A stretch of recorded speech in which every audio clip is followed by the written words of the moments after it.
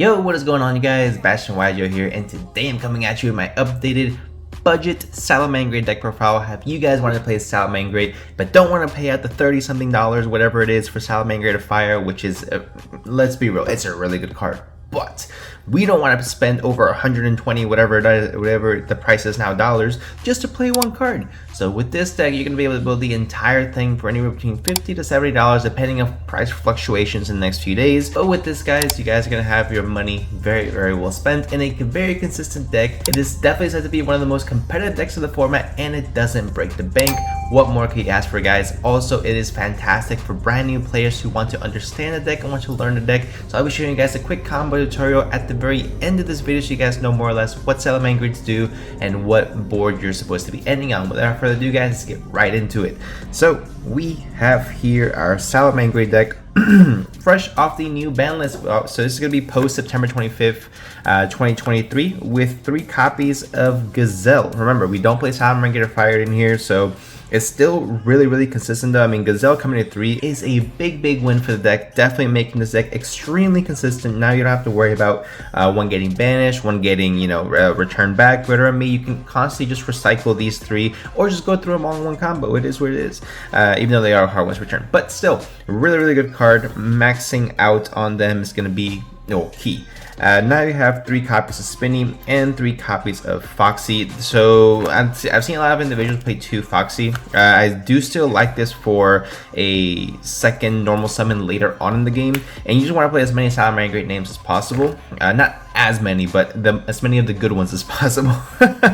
Which is why I want to make sure that I play a good amount of normal summons as well. So this is going to be a normal summon, Gazelle's a normal summon, and we play one more, which I'm going to show you guys here in just a little bit as a substitute for our Salamangreat Fire. 2 of the Jack Jaguar, 3 is be too much, 1 Weasel, and 1 copy of Falco. All these special summon themselves. They're all really free as well, so just having additional extenders is absolutely huge. So we play 9 normal summons, and then the rest are extenders, Spinny, Jack Jaguar, things like that. For our last normal summon, I do choose to play 3 copies of Lady Debug. The reason why I like Debug over cards like Flame Buffalo, which I was testing out with as well, is that you can search out whatever Salamangreat you want, which you can go ahead and search out like a Spinny or a Gazelle, whatever you need. You're going to be searching Gazelle majority of the time. When Flame Buffalo just pretty much lets you discard 1 and draw 2, which, don't get me wrong, it can still come up and it's nice to have the additional card advantage. But I think you just get that much more benefit out of this, being able to go ahead and search you exactly what you need at the moment you need it. Also, Lady Debug itself is a 1-card OTK combo, so that's going to be super huge as well. So that's going to be it for our engine cards and our starter, guys. We are going to go straight into the hand traps. We play 3 copy of Nibiru, 3 copy of Ash Blossom, and 2 copies of Dogoran. Realistically, you can play any other kaiju. I just like to have the kaiju go ahead and deal with like Pirelli, deal with any Unchained nonsense, go ahead and just tribute over it. I think Nibiru is going to be one of the better hand traps along with Ash Blossom in this format, so maxing out on all these. You can also play Gamma Seal. Realistically, you're not locked under fire, fire with Salamangreat Fire, but it is nice because you can still recycle this off of your Sunlight Wolf, so that's why we still play the Dogoran.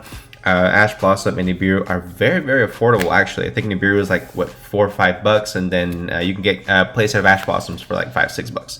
So really affordable, guys. Now that's gonna be it for the monsters, guys. Now on to the spells. For the spells, guys, we play 3 copies of Salamangreat Circle, 3 copies of Signet Mining, and 2 copies of Pot of Desires for consistency. Now, the deck is consistent enough, doesn't really need Pot of Desires, but having Pot of Desires comes up super clutch in turns 2 and 3, or if you just absolutely brick in your opening hand, which is actually very rare, that you won't see a card that you can go ahead and at least make some type of play off of with this deck, which I absolutely love. Then of course the 1 Sanctuary and 1 Will of Salamangreat. I am so tempted to play multiple of Will of Salamangreat. I really want to play 3 of this card. In the event you don't want to play Desires for whatever reason, you just go ahead and put in 3 Will of Salamangreat. It's just such a good card. Basically it's like a soul charge, soul recharge, whatever it might be for Salamangreat, spamming out a whole bunch of them. Or you can go ahead and special summon out whichever one suits you best. So really good. And of course Sanctuary to be able to gain the additional effects of the Salamangreat monsters by linking them off by its own name.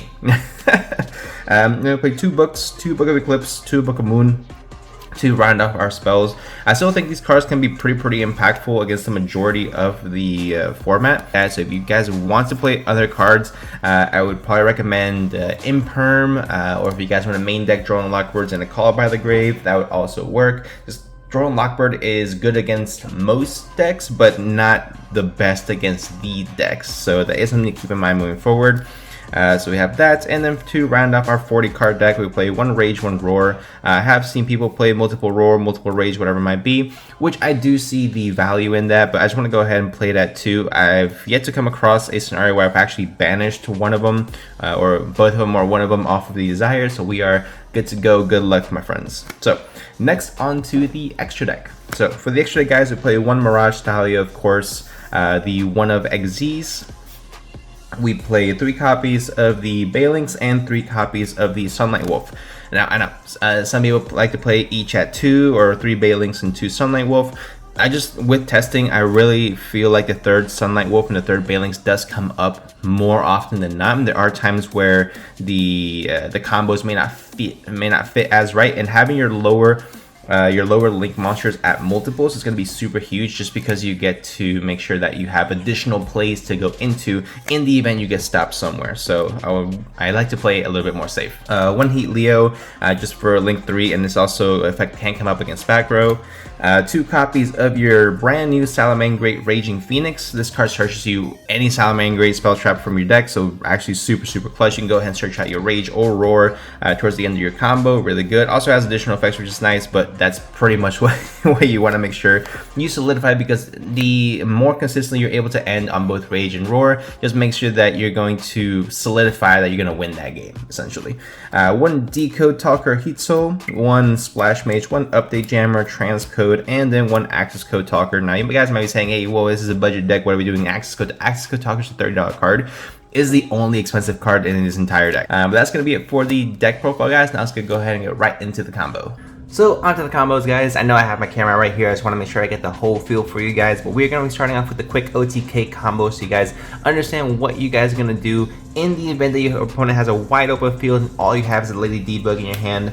You're going to normal summon the Lady Debug. We are going to go ahead and then search out 1 copy of Salamangreat Gazelle. We are then going to link summon, go into our copy of Banlist. Now, Banlist on summon is going to allow us to search out a Salamangreat. There you go, Salamangreat Sanctuary, right? So we get a Salamangreat Sanctuary. We are going to then activate the Sanctuary. I'm going to go ahead and put it right here for you so it's still visible.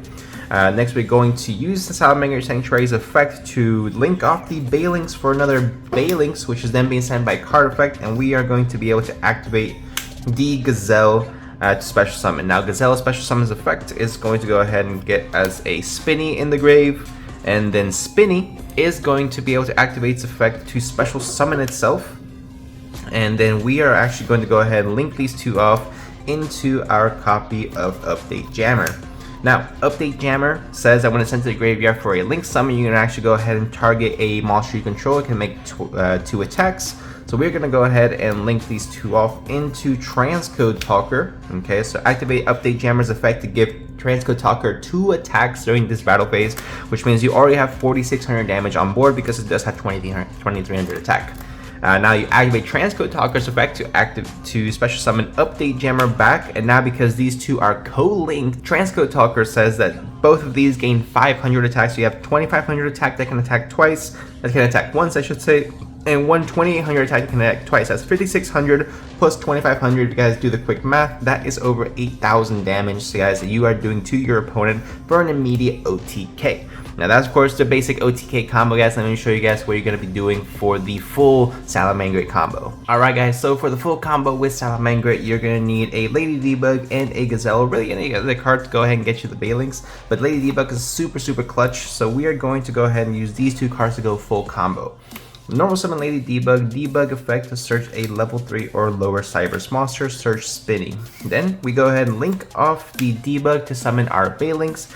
Banlist is then going to activate to search out our Salamangreat Sanctuary. Remember, Salamangreat Sanctuary is our field spell that allows us to link with the same name. So super clutch card, really necessary. Now that we have the Salamangreat Sanctuary, we are going to activate Spinny to increase Bailing's attack by 500, which is completely irrelevant, but that allows us to special summon Gazelle because a card was sent to the because Salamangreat card was sent to the graveyard. So then Gazelle is going to activate to send a Salamangreat card. We're going to send Salamangreat Roar to our graveyard because it does have the effect to set itself from the graveyard, so we are good to go from there.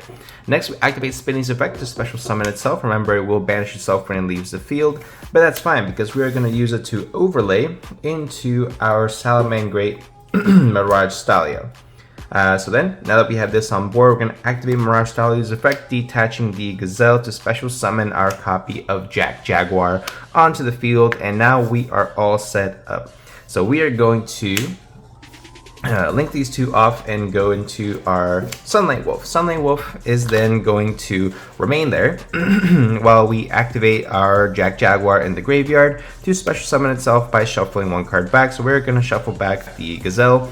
And then we're going to go ahead and put that back. Now, it would be nice to have a different Salamangreat card in the graveyard because then you can just activate Sunlight Wolf and add Gazelle back to your hand for follow-up play.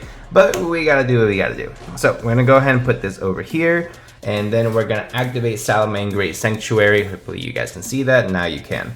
So then we have 1, 2, 3, 4. So we're going to go ahead and actually link 4 into our copy of Salamangreat Raging Phoenix. You can add any Salamangreat card from your deck to your hand, so we are going to do just that because we just have the Sanctuary. We're going to use the effect to summon out another Raging Phoenix and activate Raging Phoenix effect as well as Roar in the graveyard because we just summoned one with the same name, so that allows us to set the Roar, and then Raging Phoenix is going to allow us to search out our Rage from the deck, and then we're gonna set Rage. So with 2 cards, we have Roar, Rage, a Link 4, which is crazy. Rage is actually gonna go ahead and pop 4 cards your opponent controls because his Link rating is 4. And then Salamangreat Roar is going to be able to be an Omni Negate for us. And then we still have 3 other cards in our hand in the event we're going first to do whatever we want. Realistically, could potentially be 4 cards if we're able to add back the Gazelle in the event that we get another Salamangreat in the graveyard, but that's just additional fodder as well. But that's going to be it for the deck profile, guys. Let me know what you guys think in the comment section down below. If these types of videos are helpful, we'll show you guys combos. Let me know as well by smashing that like button. I really appreciate you guys for coming out there today. And make sure you guys leave a like, subscribe, and I'll see you guys in the next one.